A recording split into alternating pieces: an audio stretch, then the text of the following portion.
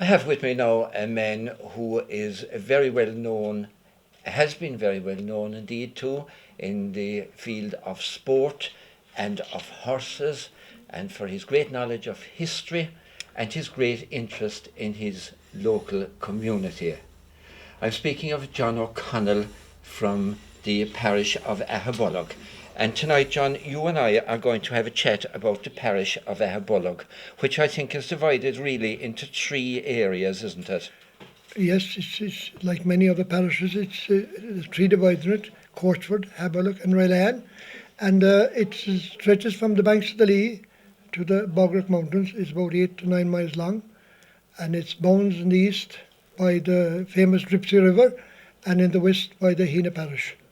It's a very close-knit parish, and it's an old story goes that if you hurt one there, you hurt them all. I see. So I'm hoping tonight here to say a few words about to bring all three parts of the parish into it. Yes. And I'll be very brief in what I have to say, and I hope I won't offend anyone. Well, will we start off maybe, John, with Courtwood, and you might tell us something about the... You can remember now the train in Courtwood, of course, can you? You can't remember the trains? No, I don't remember the train. Okay, do you remember? Tell me what you remember about the fairs and about the drovers and that kind of thing in Courtwood. Well, first of all, I remember going to Courtwood Fair with my late father, and indeed with late neighbours as well, as a young fella, and they would ask you to drive the cattle when we get a half crown, which was a lot of money on that particular time. Yes. And you would be entertained for tea at Sheehan's for 2 shillings and 1 and 6 for a cheaper tea.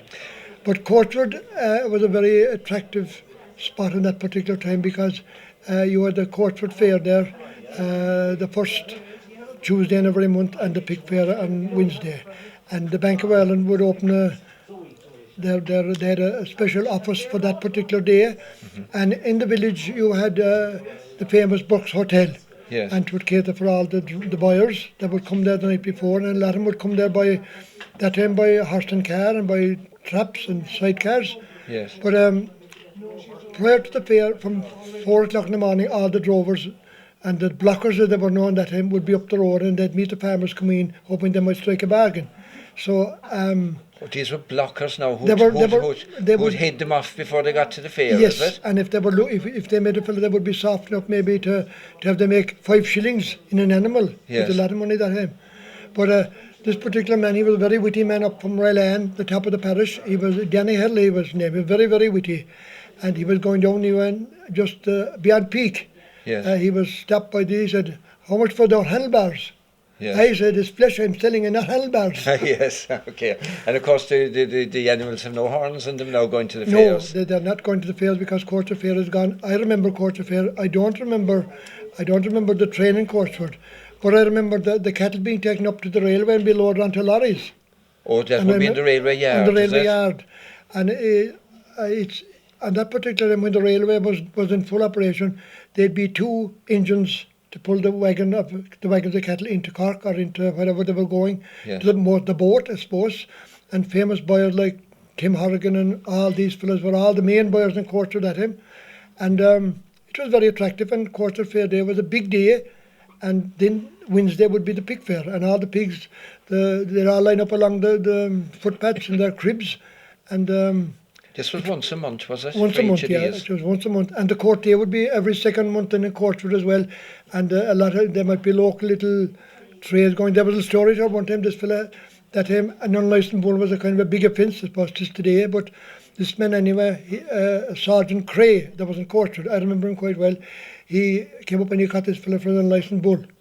And he was summoned in Courtwood next court day. So anyway, he went in below, and the judge asked him, well, he said, Mr. Murphy said, I'm told you have an unlicensed bull. Be the whole of me court, sir, he said, weren't you drowned the day after? Hard luck, he said, case dismissed. There must have been great characters at that time. Courtwood had some wonderful characters. Yes. There was the famous Betty Manny, he was the harness maker and by trade, and his father was one of the famous Ahabollock hurlers of the early 19th centuries. Yes. And he was a terrible character. There was a story about him one time. He was very sick on a Monday morning. Yes. And his father said to him, take a rest, he said, for a bit, he said, I've an awful tooth, he said. Because he went out anyway. He gave him 10 shillings to go over to and Mr. Sheridan, I think was the name of the man, the dentist that was there. He was there every Monday. So he went over to me and he went into the butcher. There was a butcher downtown. He got a tooth. He came up and the father looked and he said, that's a terrible tooth lying for a few hours. Yes. So the money was back to throw it. But there were several other characters, too numerous to mention. Yes. And yeah, you were telling me before we started this interview, you were telling me about an accident that happened there in the 30s with jumping horses and that. well, I suppose Courtwood was one of the only. There was 3 shows in Munster that owned their own showgrounds. Yes. You had Clonakilty, which you had Cork Showgrounds, Ballintemple, and you had Courtwood. Yes. Courtwood Showgrounds was leased.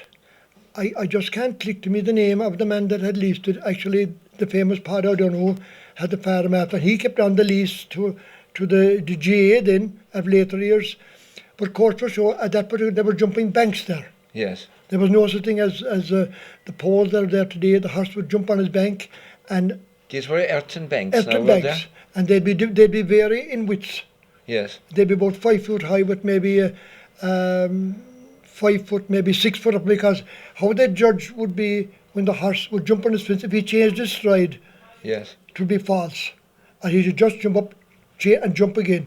But there was this chap. He was a local farmer. He was up at the local blacksmith, which was Dan Toomey's, just in the middle of the village, and he went down helping the evening before the show, and they were cleaning around the banks. And of course, from the wear and tear of down through the years, the horse would jump him. He just swooped in to pick up a stone, and the bank fell on him. He was Mr. O'Sullivan. He was killed there, and that was a very, very sad thing in Courtwood. But Courtwood show, it grew to be a huge show.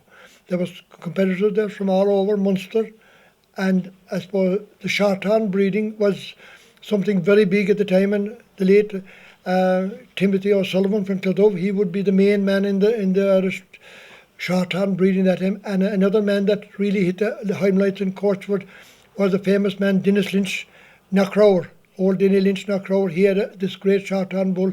He won all over Munster with him as well. Yes. So that's what Courtwood show was all about. It was a wonderful show, but it finished around 1933. And I mean, you don't actually remember this now, of No, course, but you only by reputation. Oh, that's all. I was born in the But mid-30s, and I can't deny that. Did these shows draw big crowds into them?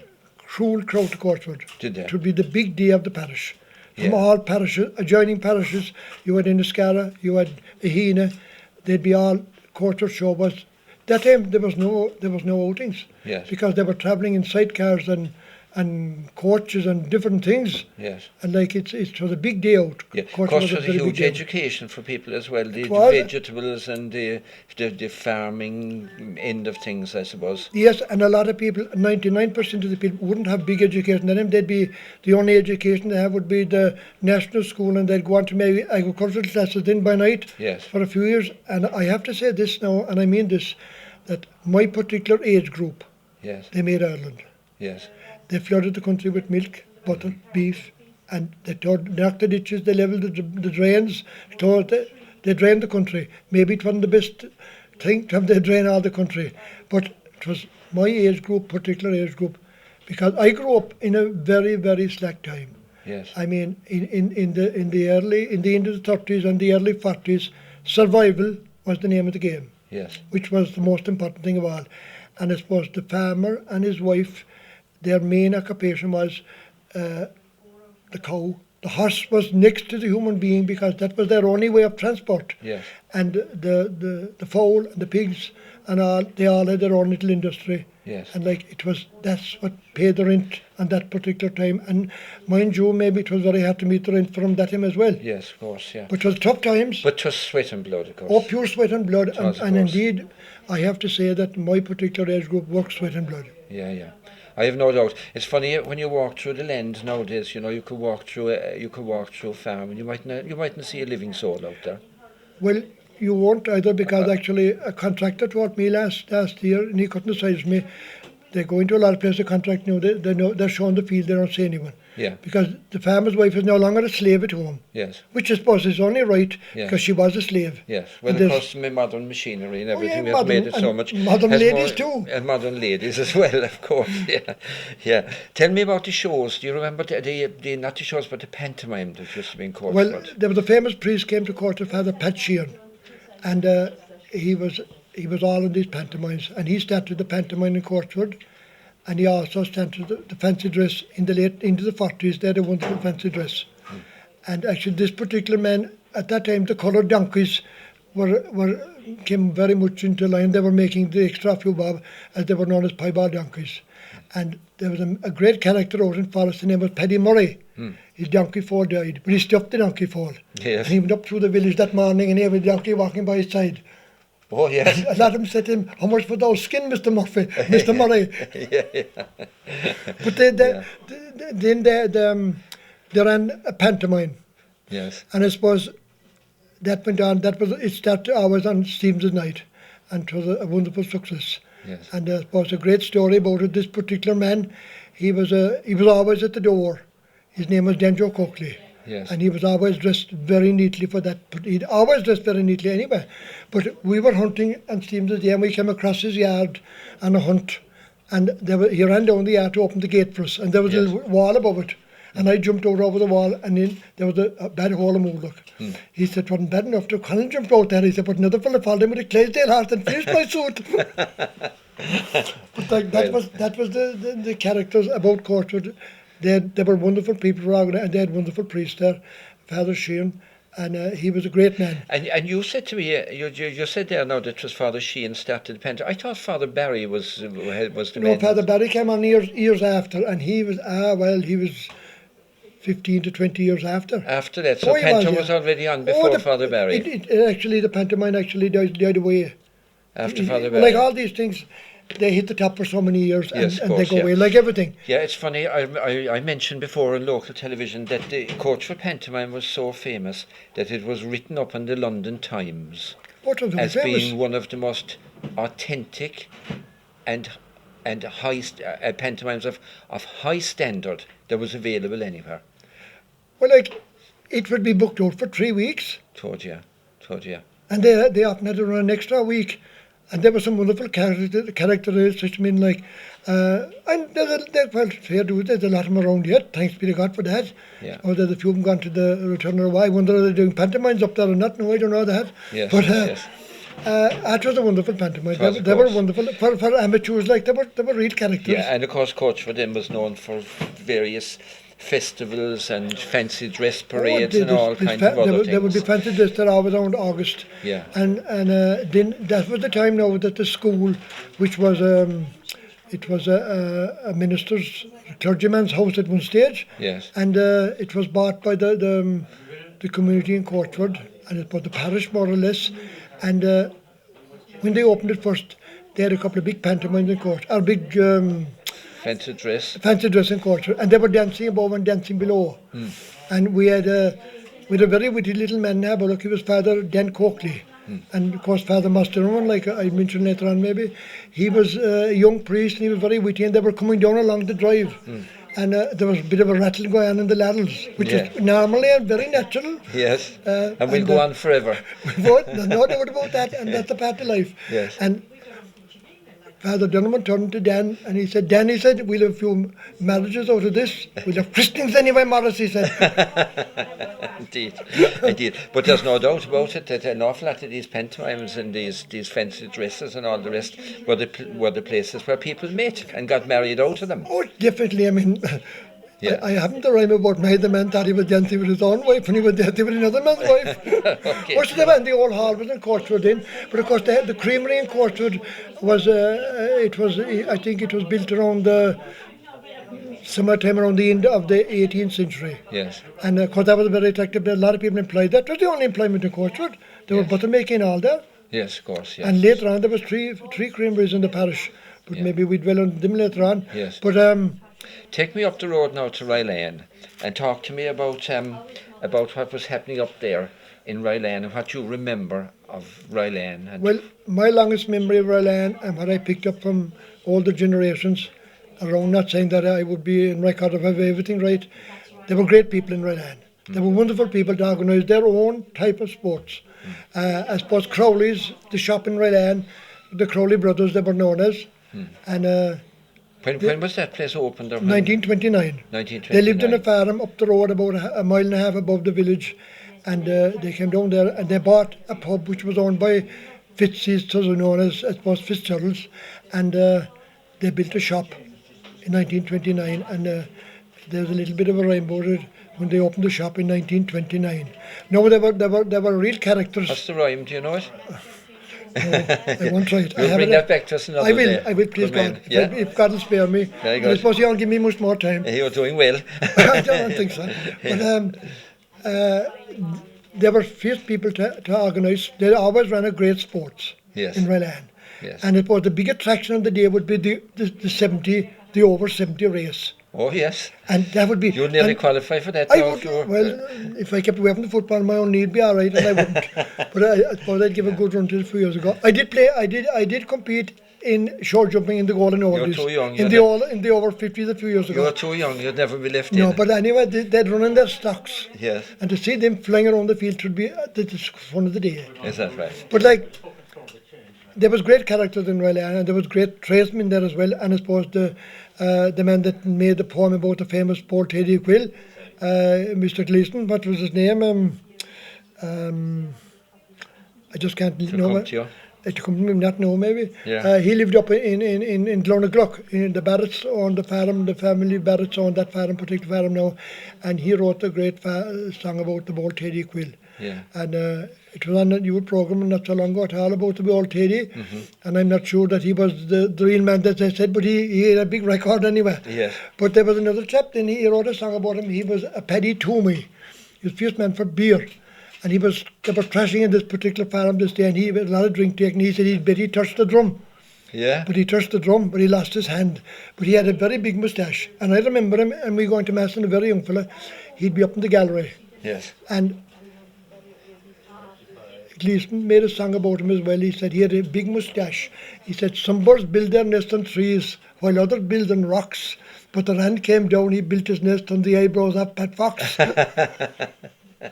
So his moustache is mortalised. There was an army presence up there in Barracarden, was it, at some Yeah, stage? in 1947, the army came, up to 1,000 men came, and they put up these camps in A thousand men? at least, Wow.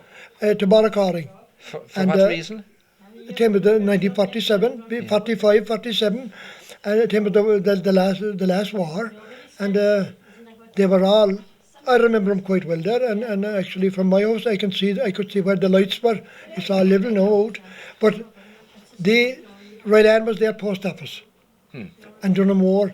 There was a story told one night. There was four of them going home from the pub in Dunamore, and this fellow had a white pony, and by God, he was a very quiet pony. What they do, they caught him, and they kept all night in turns, taking him home up and down to Barracarden. Well, But Paddy Crowley, the late Paddy Crowley, always stated that the hardest job they got was to cater for in their post, and I suppose there were payments as well. That's how they were paid, was through the post. But then all the extra posts. All the extra post. That's all in Paddy Crowley's rhyme actually. Yes. About he had to cater for so much post, extra post over the army. Yes. But in 47, the wet year, they all were sent to the bog. Yes. Save the turf, because that was the only fuel that was going into and in fact inside now where the athletic grounds are, Yes. there the turf was stored. Oh. There was reeks and reeks of turf stored there, because when I was a soldier, my man, we often put up fences. When you dig down there, you'd find the turf in the ground there. Well. But Yeah. John, just let me stop you there for a second. Sending 1,000 army people up to Barracarden, what were they actually sent there for? Like they weren't to protect the country. But they weren't expecting Barracarden to be invaded. Well, there was so much. I suppose they were all. They were all local FCA and army. They were all trained army men. There was captains and lieutenants and God knows what else. I only barely remember them, but I do remember them there though. Yeah. And I remember when I was a young lad with my father, we'd meet 2 or 3 of them walking they were from Ballingeary. They'd walk from the camps to Ballingeary, going home on a Saturday night. Oh, so they were kind of volunteers? They were, but they were army men just the same. There was some regular army there There as well? was, and a few of the local clubs that were involved in the GAA. Yeah. There was the odd one came up a good hurler or a football out of it. Is that right? Well, there was. My goodness. Talk to me now about sport in Ryland. Talk to me about boxing in particular. Well, I suppose the boxing has hit the limelight in the last 10 years in Ryland. Yes. And I suppose the main steerhead would be Mutt Buckley and Dan Lane and the late Mick Crone in Ryland and John Crowley and several names I too numerous for me to mention. Yes. But they have had great honour. They had a few very good young boxers, and I've done very, very well. I wouldn't be a real fan of boxing, but I suppose I had a few slaps in the square all right in my time. But that was only, as man said, a scrap. But like the late Father Sheehan, Father Sheehan, the old parish priest in Aberlock, he was very much involved, and I think he was a great steerhead for him as well. And in fact, in the last 2 years, these Cork teams, all of them have come out and trained and boxed there. And this famous Noel O'Leary, that left Catog of his, they nearly have to tie it, yet to keep it tight. Because he was out there training as well, and Michael Shields and the whole team were out there.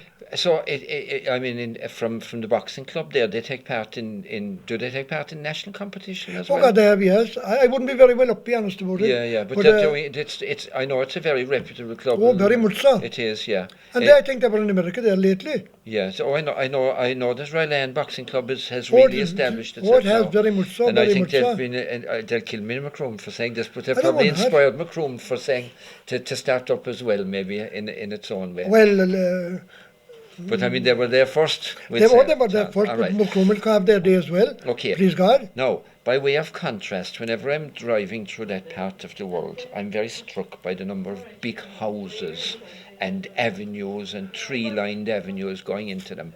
Was it a very sort of aristocratic landlord type part of the world, do you think? Well, now, is it Ryland or you mean? I'm talking about Ryland. Yeah, well, no, I'll answer that very quickly because in 1947, when the big snow came, and it was a big snow, there was nobody hardly went out for 6 weeks. And a lot of the cattle died inside in the houses for the want of food and water and so on. A lot of people lost most of their herds at that particular time. And at that particular time, there was very few went beyond Ryland, only on foot. In fact, they didn't even go beyond Haberlock, only on foot. Yeah. But when I was a young fella, I went to the bog with my father, and I was amazed 2 years ago when I travelled a lot of that part of the country, the new houses that were there. They were and more look to them, they were new houses, they were castles. Unreal new houses. I mean, that's what this country is made up of today, I suppose. But that's what progress was. But these are old Georgian houses now. Well, we have, I suppose, the old Georgian houses. We have put a situation, and I have to put the whole parish together on this. In the parish, we have the most Georgian houses in the country. How many? I think it's around the 20. Is that right? And it was the most famous of them would be one of the old famous houses. It was in Ryland, actually, as you were in Ryland. Yes. It was belonged to the old Rooks family, which was owned by a churchman one time. He was Appleby. Yes. And that was built in the 14th century. Yes. Well, it's fairly into ruins now, but it's still there, and it's there. But I suppose the most talkative one in the parish would be the famous Mrs. Lindsay's. Oh, yes. She was the lady of the Dripsy Ambush. The lady of the Dripsy Ambush. The farm is now owned by the Aerons Lee Mount. Yes. That would be one of the most talkative. The other one, I suppose, would be the famous Dr. Cross. Oh, yes, Shandy Hall. Shandy Hall. Yes. And I mean, that would be a long story to go on. Both the Dripsy Ambush would be a long story to go down as well, and indeed several press and there have been several books written about it. Yes. But they all had horses, of course, and I suppose they were, but I suppose this famous one of Dripsy Ambush, on the morning of the ambush, when Mrs. Lindsay came to Courtwood, she went into a shop, a very good trading shop in the village, was known as Sheehan's, Courtwood. Yes. And she said, what's all the activity around? So some simple young fella said, there's an ambush. Yes. So she went into a priest in Court with named Father Shinnick. Yes. And she told him she'd save her own, you save yours. But I think when the late Jackie Leary and his company got the message, they heeded it. Now, they were to These come are in. the boys at the ambush. They heeded what the priest sent the message, and the man that sent the message was the famous hurler Pat Chamani. He was a harness maker. He ran up to him. And the message being that Mrs. Lindsay... She'd save her own, and I'd she save had mine. somebody belonged to her over in Ballincollig at the time stationed She was there. an English lady, and she would report it down to the the English were stationed in Ballincollig. They were stationed there. So she was saying effectively she was going to tell them in She Ballincollig was that actually, the ambush was set. Yeah, and that is the very reason she was kidnapped. Yeah, so she was kidnapped she then, was killed after. and she was executed She was afterwards. after, and there's a lot of stories about that where she was executed. Well, I know for a fact there was a very much a man, his name was Jack Pad, he was known as John P. Cronin. And when I was a very young fellow, we were going to the bog, he showed us where she was for many a day under a butt. Yes, that's right. Yeah, but I can't go down that. I could, but I don't want it today because but you know what I'm not sure that Danja will keep looking down that camel for too long. Do you tell me the story about this lady Baloo? Was it Baloo? Yeah, the Musgrave Foxhounds was very much time because it was mostly made up of as they were known that time, the Redcoats. Yes. Now, they may not be friends of the Irish people, but they were highly respected as hunting people after. And there was an old story about them. They'd have a meet in Courtwood, which would be a very big meet. Oak Grove would be one of their big meets. Yes. And we're just on the Cheltenham week now. There was a meet one day in Oak Grove, and there were 70 horses there. Yes. And 14 of those horses finished up in Cheltenham. And that'll tell you the standard of a type of horse that those people had. Yeah. But the master of the Musgraves, about 100 years ago, was a man by the name of Baloo. Yeah. And he had this lovely daughter. Did this fellow have a title? He was Major Baloo. Major Baloo. Yeah, he lived over in Nettleville, where the Hornsby's house, where it is owned by the Lucy family now, it was burnt after. And he had this lovely daughter, she was Lily Baloo. Yes. And she was very attractive, I'm told. Yes. And it was a pity I was a bit too young. I wasn't there, but no matter. You fell between stools, John. She wouldn't have any mess in my acres. But I did hunt with the Musgraves on several occasions. Did you indeed? But actually, when I hunted with the Musgraves in the early 50s, there was very few ladies riding astride. Now, what's this riding astride business?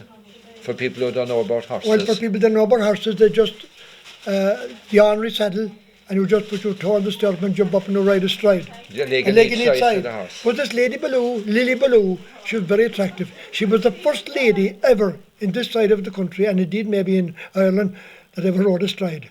They were all riding side saddle. So her two legs were on one side of the horse? Yes, in the side saddle. And the side saddle. But they made a bit of a rhyme, the boys around Canterbury made a bit of a rhyme. What a sensation and what a see when Lily Baloo, no, what a sensation and what a sight when Lily Baloo, she rode astride. Yes. But that was I mean, that was when the Musgraves were that time, because they'd come into our castle that time, they'd meet in Ripton, there'd be 70 to 80 horses. My goodness. Maybe 60 redcoats. Yes. And most of those horses would be leased out by local farmers. I know. And in fact, one particular man that was leased out of them was the man that bought the famous Dr. Cross's place. His name was Murphy. He was a famous quarry from Quarry's Cross. He was a famous horsey man, and he had his son Leo and Pack, and the family is now the farm is now owned by the McSweeneys, a grand niece of those people, and a son of Pack's or a daughter of Pack's. He would lease out maybe a dozen horses to him. My goodness. But it was said that him that he wouldn't give a horse to anyone unless they'd come back to him after 5 minutes with a half crown. I'm not sure it was a half crown now. Might be a washer. This is putting the half crown into up in the stirrup and you stand on it. Up in the stirrup. And if you weren't a good rider, he wouldn't give you a horse. In other words, if your foot came off the stirrup, the half crown would fall off. But so there, and you come back, but I'm sure to be a half crown there, because he wasn't getting much more than a half crown for him. No, we're going to move on next now to Aherbollock, the third part of the parish, if you like, Aherbollock itself. Now, of course, Aherbollock is very famous for the GAA activities down there and for the All-Ireland final going way back to 1890. Yes, Aherbollock people. I was born and reared in Aherbollock, and I always respect Aherbollock, and I have great time for the people of Aherbollock. And no matter what it is, Courtwood, Ryland, Dunamore, although I did wear the Dunamore jersey for 10 years, and I wore a Hina jersey for a year too. Yes. But I still, in the back of my mind, I suppose, the greatest thrill I ever had when Aherbollock, Connie Lucy Ryland took the County Junior Cup inside Parky Ring. Yes. I think that was my main achievement because I had played in 5 finals and I had never won them at Cork. There was no football team in Donaghmore in my time, and that's why I was playing with Donaghmore, which was all my friends like Dan Kaler and all these fellas. But like Haberlock is a very close-knit people. If you offended one, you would offend them all.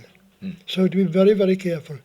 And I suppose going down memories lane for a start, we'll go back to the 1890s when they won the All-Ireland. Now, I'm not sure the type of hurling that was going at that particular time, but it was club hurling that time, and they beat this team from Wexford. They didn't beat them on the day. The match was called off actually over rough play. And I suppose it might have suited me in my time, all right, maybe. Yes. That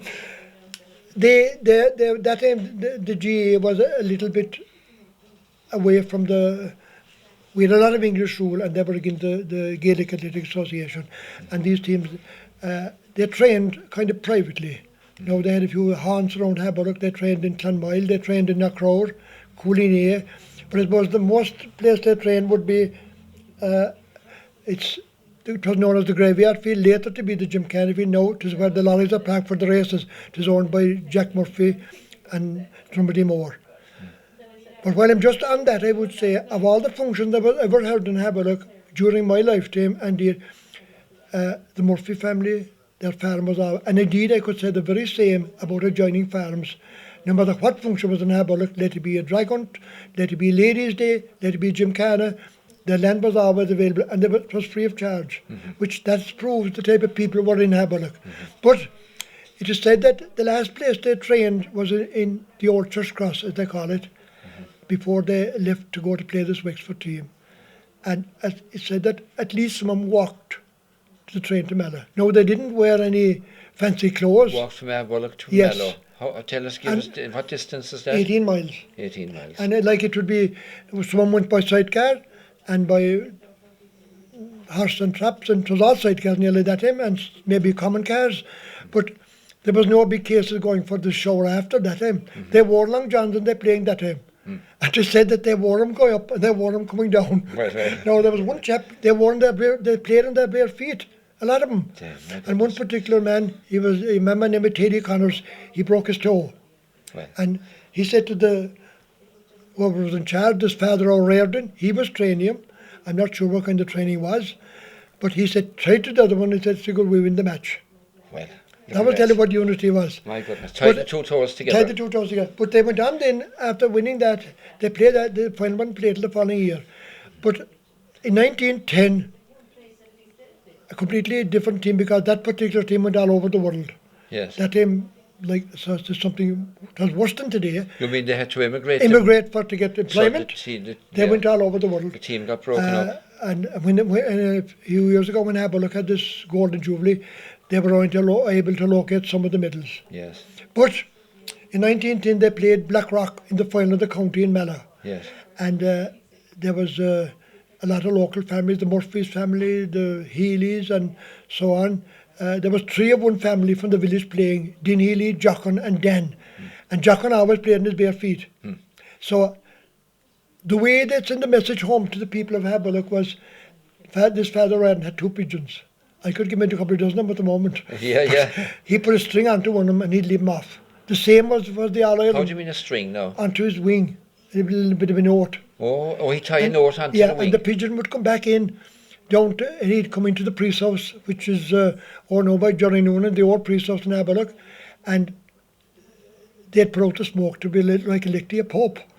And the local hills around would be looking out now when they see the smoke. Are you saying that the result of the match would be put on a wing, the pigeon's wing? That's right. And the pigeon would fly to the parish priest's house? That's the curate's house. The curate's house. And when the curate got the message, then he lit a fire, But the curate would be above to be his housekeeper. And she'd light a fire? She'd light a fire and the white smoke would go up to chimney like a pope.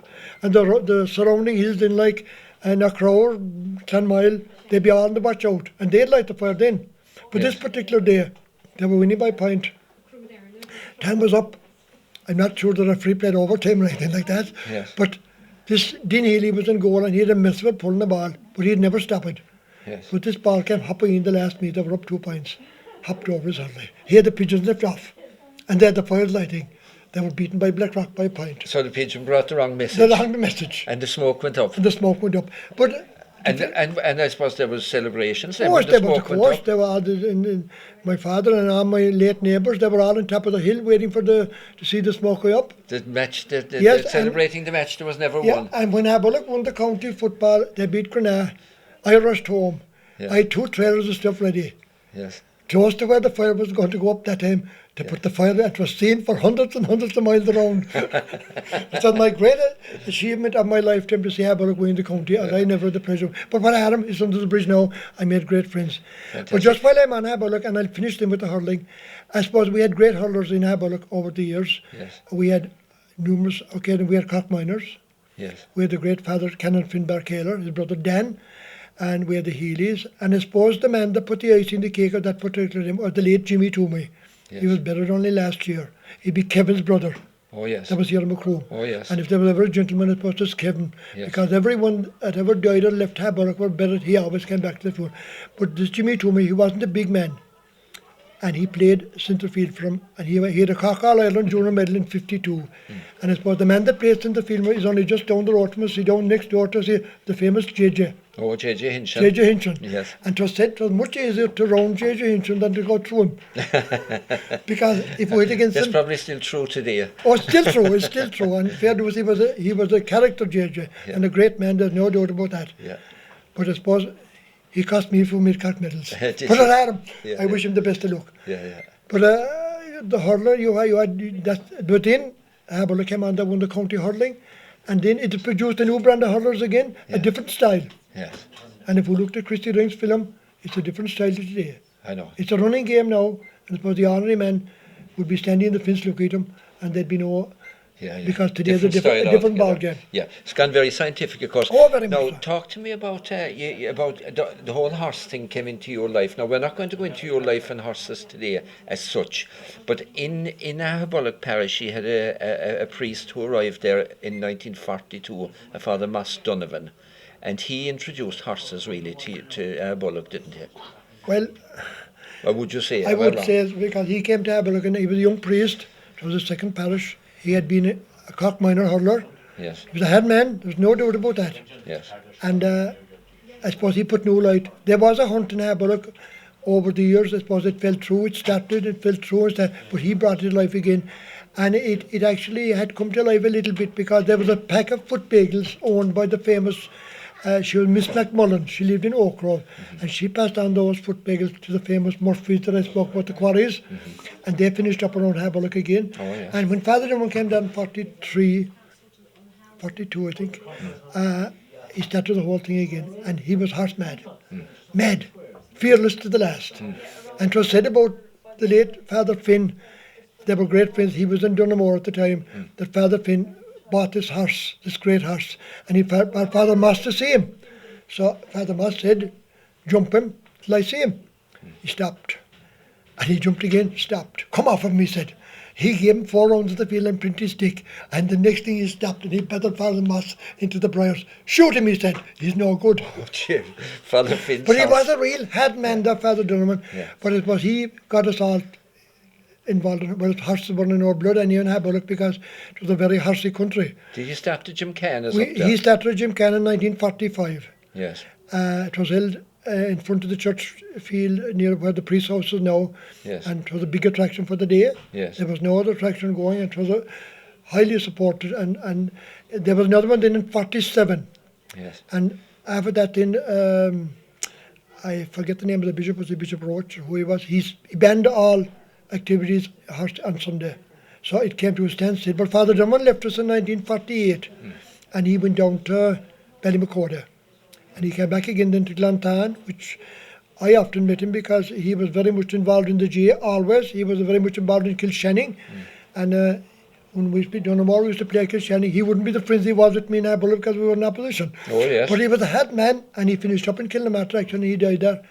And I suppose on the day of the auction at Kilnamatra, I went back and I bought his saddle and bridle because when he was leaving Aberlock, the Aberlock hunt presented him with a bridle. All right. And his name was inscribed in the bit. Right. And when I bought the saddle, his nephew, Father Donovan too, he handed me the bridle. He said, you gave him that. And I have that still. His name, Imod Moss O'Donovan. My goodness. Is on the bit, a little bit, just an ordinary hackman bit, and his name is on it. But he was a great character. But like I suppose he brought us all back in, and then we had marvellous years of hunting then with a man by the name of Mick Shea. He was one of the greatest huntsmen ever. He'd nearly hunt the fox himself. Is that right? And we all got into kind of a style of riding that he had, and I suppose then in 52 there was races in Courtwood before the dam was flooded. It was actually 54, I suppose, before it was flooded, and there was a race for the hunt. Yeah. So we all went to it, but unfortunately, I suppose our horses maybe not that class of a race. But when we came onto the white line where we would be finishing, a lot of the horses jumped the line, and a few more lads fell off. It was a good crack, but it was just another part of life. Yes. But I suppose they'd been in Aberlock at the time too. There was on the area there was 3 stud farms, which were stallions at the time. My God. And one of them would be the case in Mount Rivers, which they were noted for the working horse more or less. Yes. And the other would be the Two Mills Mount Rivers. They would be they'd have kind of horse kind of in the middle of the road. But this Alan Brown Ryland, he had this horse. He was named as Star of the West, and he was before his time. Yes. Because when he was done away with, it was then realised that type of horse came into.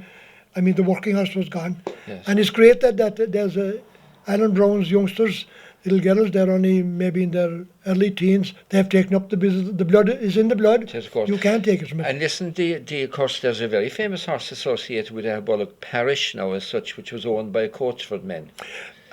Yes, that's the famous Jim Lynch. Yes. Emily Jane. Well, prior to that race, he got this show jumper. He was I can't think of his name now, and he was ridden by the famous Robert Brien. It was the Evergreen. Actually, I had horses myself, and for 25 years Robert Brien rode him for me. Yes. Knocked by with the name of Jim Lynch's horse. Yes. And there was a little rhyme about him. When we had the shows in Aberlock, we started the show in Aberlock in 1973 and went on for 30 years. And Jim competed there on numerous occasions, and there was a bit of a rhyme made about Jim. The day it was wet, Jim Lynch. Jim Lynch didn't care about wind or rain. He had a good pilot in his own Robert's plane. Then, in later years, Jim went up to the sales and he purchased this 2-year-old or 3-year-old filly, and she was called Emily Jane. Now, she was the greatest that ever struck this out part of the country. Now, Michael Toomey and Pat Toomey and Jack Murphy, they all had race horses, and I suppose Jack was the only one. He was with the winners' enclosure on a few occasions, but the other lads, they were in the enclosure, but maybe not in the winners' enclosure, but so they were still trying. But I think Jim Lynch put the icing in the cake with this, but she won a pile of races, and she won the Cheltenham, and was just here. She won the Gold Cup, and she won the Gold Cup. Oh, she Cheltenham. did. Oh, she did, yeah. And actually, they all went over. All my neighbours and all, and friends, I was the middle of the only one left. And I came in here to Macroom to this famous betting queen. She met me for saying that. Yes. And I asked her, I put 200 quid in him. Yes. She said, I'll give her 3-1. That's all. But I met her a couple of days after because she got cleaned out actually. She told me, don't call to me for Christmas. Now tell me the name of that horse again. Emily Jane. Emily Jane. Yeah. Now is Imperial Call linked in some way as well? Imperial Call would be Fergie's. He was belonged to Lissaline Farm, which is a farm that's up for sale at the moment. It was he owned. And where's that farm now? It's just as you go into Clonakilty where the golf club is. Right. On the right. Yes. On the left going to Clonakilty. Yes. Now he won the Gold Cup. No, I suppose I mistook it there a while ago. Jim didn't win the Gold Cup. It was Imperial Call won the Gold Cup for Fergie. Yes. And when Fergie was interviewed in England that year in Cheltenham, someone said that she ran a great race. Fergie was a great friend of mine. Fergie is a real sportsman. Yes. Fergie stood up and he said it was the trainer that counted. Yes. But it was a great win. But Jim won the Irish National with Emily Jane. And it was 3 weeks after he ran on the English Grand So National. it was Emily Jane won the Irish Grand National and ran in the English Grand 3 National. weeks after she ran it and how again. did she do in England? She came into the last fence in front, and I forget who was right there. He asked her for a big jump. She gave it him. She came. Oh, I've filmed it yet. A real jump over it. She ran out of steam coming in. Oh, she was a real. And where did she come in? She was third. She came in third. She was third, which was a record in his own right. Yeah. But Jim Salter, I think he got around 35,000 for her. Yeah. And I'm not sure about that. I won't be held responsible for it anyway. Yeah. And her first 2 winners were winners. Yes. So I don't know any more about her now, but it was Jim's first look. Jim tried his hand several times. And it is interesting, as you say, that we're talking about this now that Cheltenham is actually on these Well, it days. was actually these few days. My local neighbours went over at the time of Imperial Call, and I came in here to Mukum and I put 200 in, and I got paid at Christmas. And I remember this famous Betty Queen, as we call her. She said, I think so, you will give me 4 to 1. I know she's a 3 or 4. She said, but you didn't come for Christmas, I'd give her 4. I got 400 from it was 4 to 1. Did you? Very good, but it was very hard to get money because the bookies actually got cleaned out in Macroom that time. Yeah, I was listening to radio this morning, and they were talking about the amount of money that will be placed on bets now over Cheltenham in the next few days. It's colossal. It's something like 60 million. I wouldn't be a punter, but I did back Cork to win the double 2 years ago, but last year I didn't. Oh yeah, it's a massive amount of money. Now, we're going to finish up now with Aeron, but you must talk to me about the community hall that's been built up there. Yeah, in the mid-80s, we got together a committee under the chairmanship of the late Father John Cronin, which was a wonderful priest. Yeah, he was a great community man. A real community man. A silent man, but a real priest, a genuine man to the last. And we had quite a few meetings, and a local man, Dan Denny, he offered us a site just below the village, and at a place called Crisheen. And why it was called Crisheen was, in olden days, there was a forge there. Crisheen a go. So he gave us the ground for nothing.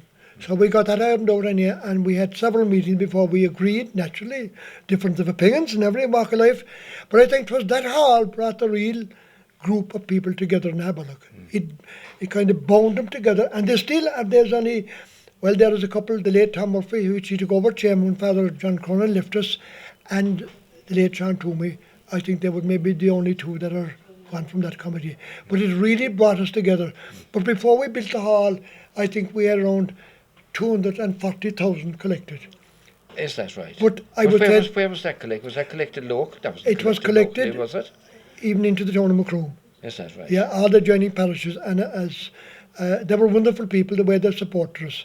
Yes. And there was a man up in Dunamore, he was known as Jackie O'Shea. He's known as Lord O'Shea. Mr. O'Shea, he was the head of everything in Dunamore.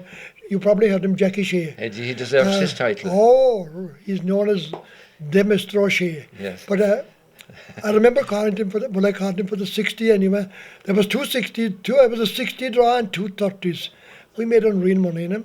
But anyway, we called that this day for the last time. I called it with Mick Toomey Aberloch, who would be known as Mick Toomey Drummerty Moore, not Michael Woodfield. And Jackie put his head back to the dresser. And I'm going to explain this now in a kind of vulgar way, but there's no harm in it. You can cut out if you like. Then you'll get the scissors to if it's too bad. Go on. He put his hand behind his back and he said, "Go over now to Aberloch," he said to me, "Connell, and tell fucking Morris." Oh, yeah. That we were players well paid for now. You see, Aberloch players that all play with Dunamore, and go over and tell, that was Jack Morris, go over and tell Morris. Yes, that the players are well paid for. They're well paid for now. But Jack always said that we were all men in a hurry and we built it.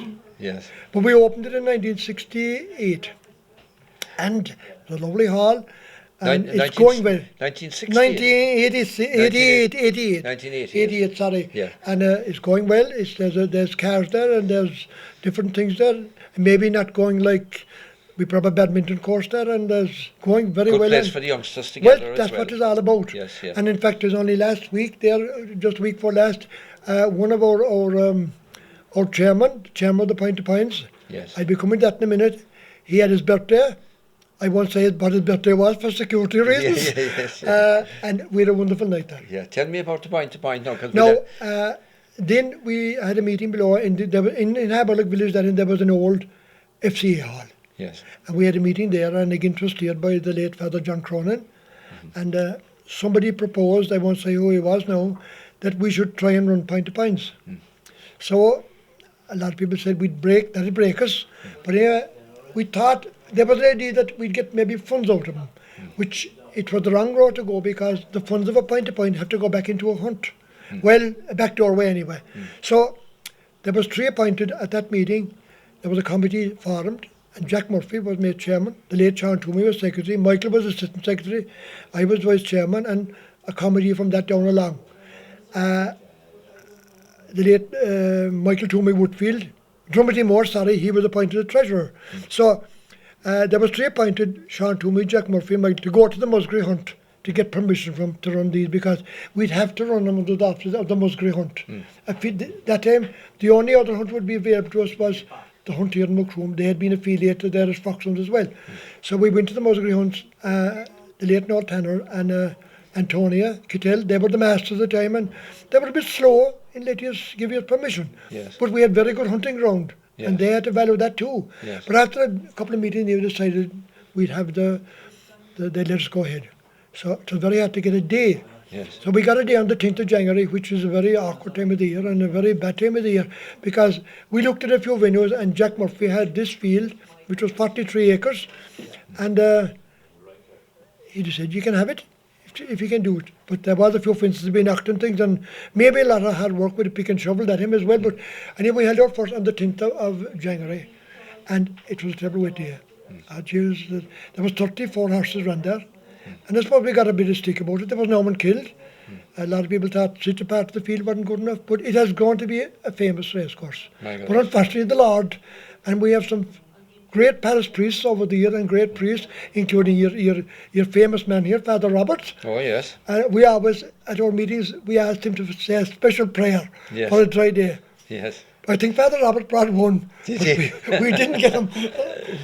Yeah. We didn't get him, and indeed, as I spoke about, I would like to extend my sympathy to him today Indeed, on the death of his mother. Indeed, a pure gentleman to the last. That's right. But we went on from that then, and there was a bit of a rhyme that particular evening. I won't give that rhyme because it would take too long. Okay. We'll get it off next time you come back to us. I hope so. Yes. My late wife, her uncle was was more than a bit of a poet, and she brought it. Yes. And the late Sean Toomey said to her that maybe would make it. So she did make a bit of a rhyme about it. I'm not giving it now because it's too long. Yes. But we went on then from that to that, and we had a good celebration that evening. A lot of people going from the bottom of the field to the top. Maybe their legs crossed a little bit, but they still got out on the road. Yeah. We're still going on. But I think it was that what really brought this particular group together. Prior to that, we ran a steeplechase. Yes. In Michael Toomey's and Sean Toomey's, which was great crack, and we are competing it at our own time.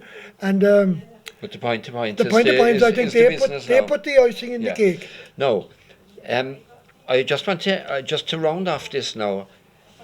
Did you ever throw up any people who were famous, kind of really famous people nationally in the world of sport, or in hurling, football, any kind of activity, people of national and say provincial importance now? Well, I suppose I'll go down memory lane after, but I started today.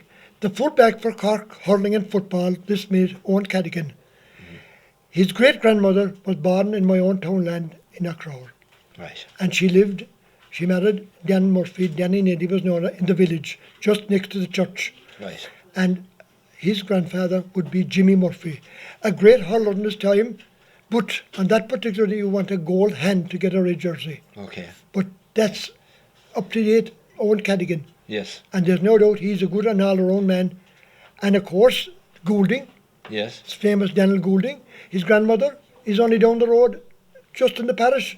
Very good. That's 2 miles from me. That's two of them. That's two of them. But go down Memories Lane, I suppose there's more of them. I suppose I'd have to mention the great Jimmy Toomey of his time in the 50s. And I'd have to mention... What did he do? He won an All-Ireland junior medal with Cork. Okay, keep and, going. You had Father Finbar Kaler, won a minor.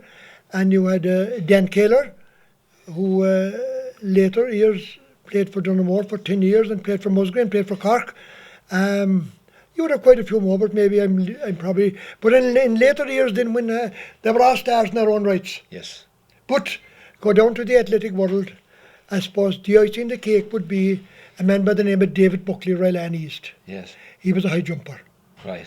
He jumped 6 feet and walked under the pole after he jumped weight. He was only 5'10". He immigrated to America, and I don't think, well, I have no knowledge of him coming back. He would be nuclear to the great Timmy Buckley, Ryland, who was not in the best of health, but we wish him the best of health. Yes. Then you had there were Farrells, they were great cyclists. The Lynches, Ryland, they were great cyclists. And I suppose this famous Paddy Keefe, Mushra, clicked. Yeah. He was a great runner, and he won the All Ireland over in England. And the judge asked him, where did you train? I trained in bare feet, he said, hunting the sheep around the mountain. Well, fair play to him. And you had another man as well. He won a cross country All Ireland from Kilcullen. He was Lehan. And I suppose when they returned to Ryland after different occasions, they're winning these things. Their celebration was a bush. Yeah. Well, John, you have taken us on a most magnificent tour over a wide area of Ahabulloch parish, from Ahabulloch into Ryland onto your own stomping ground, as it were, there in Knockrower. What's you going to say to me? I have just one message to say about Knockrower, as you've just mentioned Knockrower. Yes. I suppose it would be very bad for me today if I wouldn't mention my own townland. Yes. Because in 1948, the famous Jack Lynch Knockrower with his famous greyhound, Glittering Smack, hit the limelights that time. He won the Kingdom Sweepstake in Kerry, the Thomond Sweepstake in Limerick, and he won the Lee Steep in Cork. And there was a challenge went out with this great Castlepook. And the money wasn't big that time, it was big that time. It was £100 a side. And the challenge was inside in the Cork track. And at that particular time, we had this famous priest in Ahabulloch, Father Durman, and confraternity was a big thing, and he was hearing confessions. And I was going to go into the track with him. And he said, run out, see, there's anyone coming. There's no one coming, we'll run now. And we're just going down Crusheen, we made a Hearthstone trap. They have nothing to tell, he said, they'll be back next Sunday. But this race between Castlepook and Glittering Smack, it's said now in the record that he wasn't this famous Castlepook at all. But Jack Lynch took in his Glittering Smack, and you think to saw Smack knew going in the road, he was all out for it. He was This a great. was the name of the horse, was The it? dog. The dog. The dog. The dog. And oh, we're at dogs. when it started the race, there was only one dog in it all the way.